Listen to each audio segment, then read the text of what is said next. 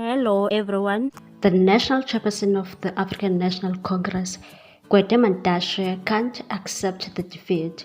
He's going around threatening other parties. Recently, he was involved in a heated exchange with the leader of the Action SA, Mashaba. He told him straight in his face that he is not a lawyer.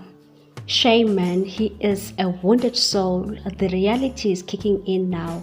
The African National Congress might be leading nationally, but has lost so many votes.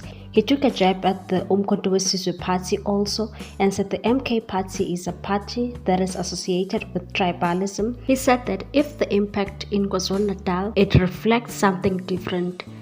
It reflects Zulu tribalism. And I don't think we should lock ourselves into tribalism.